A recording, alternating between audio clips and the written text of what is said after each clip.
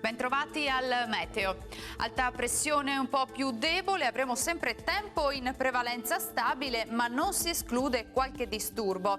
Il dettaglio di giovedì 28 maggio.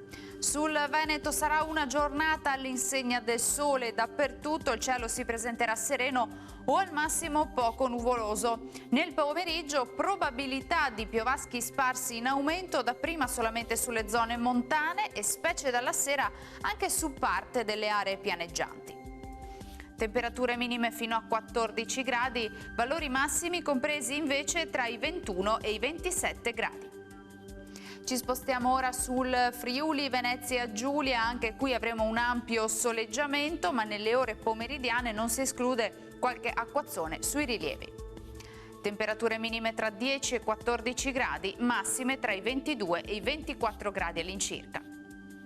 Infine uno sguardo alla situazione del Trentino Alto Adige, anche qui bel tempo prevalente, salvo per isolati annuvolamenti, ma in genere non daranno luogo a piogge. Temperature minime sugli 11-12 gradi, massime invece sui 25-26 all'incirca. Dal meteo per ora è tutto, vi auguro un buon proseguimento con Antenna 3. Arrivederci.